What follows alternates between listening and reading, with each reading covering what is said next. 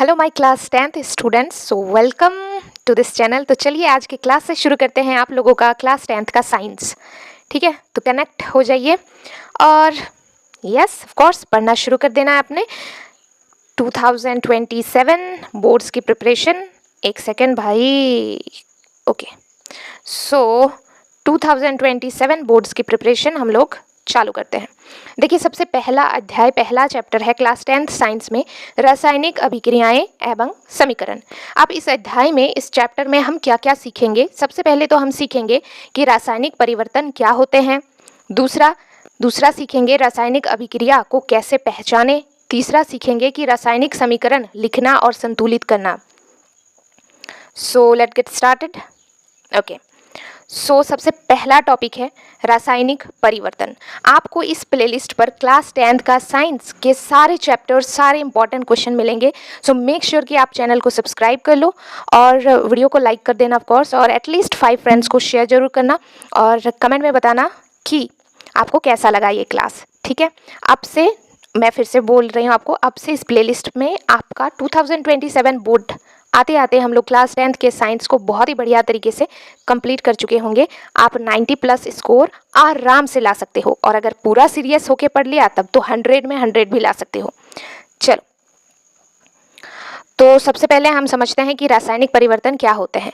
जब किसी पदार्थ की प्रकृति और पहचान बदल जाती है, हम कह सकते हैं कि एक रासायनिक अभिक्रिया हुई है।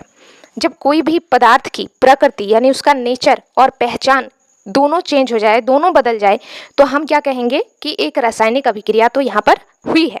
अब याद रखने वाली ये चीज है कि भौतिक परिवर्तन में सिर्फ अवस्था बदलती है, नया पदार्थ नहीं बनता। परिवर्तन और रासायनिक परिवर्तन का सबसे मेन अंतर क्या है? देखो, भौतिक परिवर्तन में क्या होता है, सिर्फ अवस्था बदलता है। जैसे आप बर्फ ले लीजिए, ठीक है, फ्रिज में रखा हुआ है बर्फ, उसको आप निकाल लीजिए तो वो लिक्विड में यानी पानी में बदल जाएगा। तो ये एक भौतिक परिवर्तन है क्योंकि इसकी अवस्था चेंज हुई है। बर्फ एक कठोर अवस्था है, पानी एक, आप कह सकते हो कि द्रव अवस्था है, राइट। तो कठोर अवस्था से द्रव अवस्था में चेंज हुआ है, सिर्फ अवस्था में परिवर्तन हुआ है, कुछ नया चीज थोड़ी ना बना है।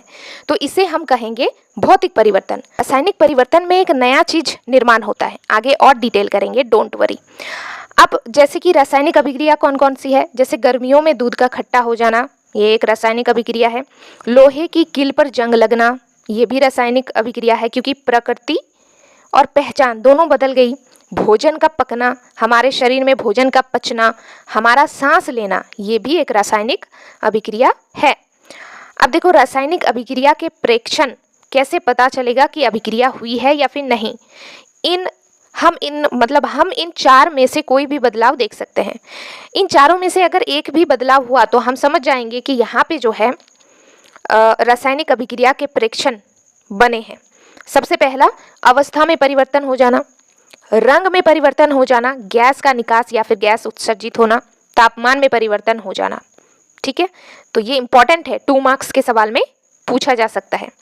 आगे चलते हैं, अब हम लोग बात करेंगे रासायनिक समीकरण की। अब अभिक्रिया को संक्षेप में लिखना, शब्द समीकरण, ये सबसे सरल तरीका है। उदाहरण जैसे कि मैग्नीशियम प्लस ऑक्सीजन, ये बन गया मैग्नीशियम ऑक्साइड। देखिए, मैं आपके लिए रिएक्शन लिखती हूँ। क्या बोला है? मैग्नीशियम को हम लिखते हैं Mg से, प्लस ऑक्सीजन को लिखते हैं O2 से, और ये हमारा बन गया MgO। इसको संतुलित कर देती हूँ, 2Mg 2MgO। ठीक है, इसको कैसे किसी रासायनिक अभिक्रिया को संतुलित कैसे किया जाता है ये डिटेल में करेंगे, सो डोंट वरी। तो ये क्या है? Magnesium oxide. ठीक है, तो ये एक रासायनिक समीकरण है।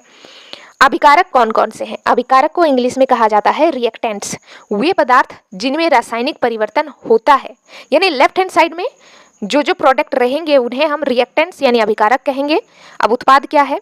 प्रोडक्ट्स। किसी भी रासायनिक समीकरण में 2 ही चीजें होती है, एक अभिकारक और दूसरा उत्पाद। अभिकारक आपस में मिलकर उत्पाद का निर्माण करते हैं जिसे हम प्रोडक्ट्स कहते हैं।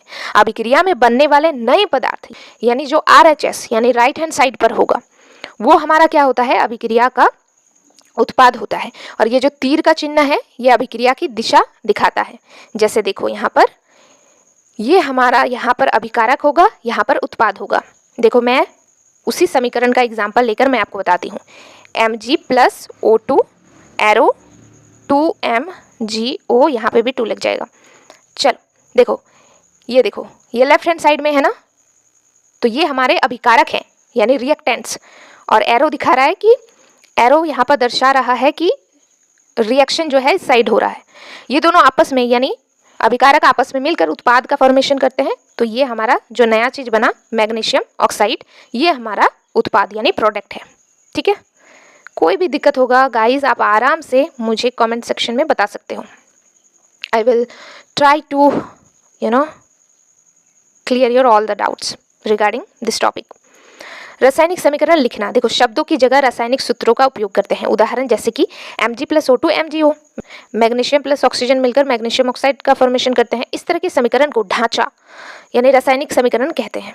ठीक है, यह समीकरण असंतुलित यानी अनबैलेंस्ड है क्योंकि तीर के दोनों और तत्वों के परमाणुओं की संख्या समान नहीं है। जैसे अब मैं बात करती हूँ रासायनिक समीकरण का संतुलन। देखो Mg प्लस O2 और ये बना MgO।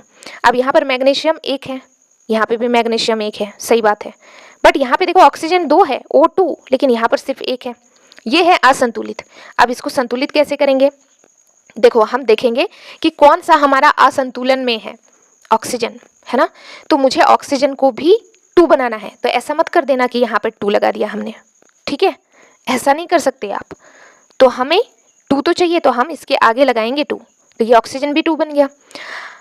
ठीक है, बट ये ऑक्सीजन तो 2 बन गया, लेकिन मैग्नीशियम भी तो साथ ही साथ RHS में यानी प्रोडक्ट में 2 बन गया, लेकिन यहाँ पे तो मैग्नीशियम 1 ही है। तो क्या बात है, इसके आगे 2 लगा देते हैं, मल्टीप्लाई कर देते हैं। अब देखो बैलेंस है, कैसे देख लो। लेफ्ट हैंड साइड में मैग्नीशियम 2 है, राइट हैंड साइड में भी मैग्नीशियम 2 है। लेफ्ट हैंड साइड में ऑक्सीजन 2 है, राइट हैंड साइड में भी ऑक्सीजन 2 ही है। अब ये बैलेंस है और प्रैक्टिस करेंगे, सो डोंट वरी।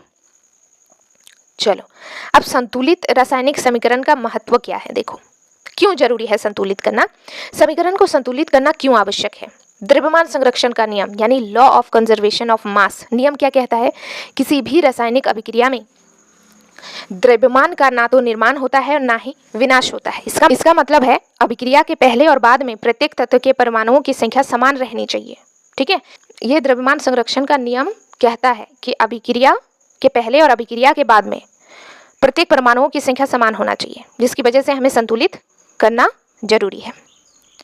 ठीक है, सो आज के लिए इतना ही, मिलते हैं नेक्स्ट पार्ट में। मेक श्योर कि आप जरूर क्लास को अटेंड करोगे और कमेंट जरूर करोगे। Thank you, bye bye.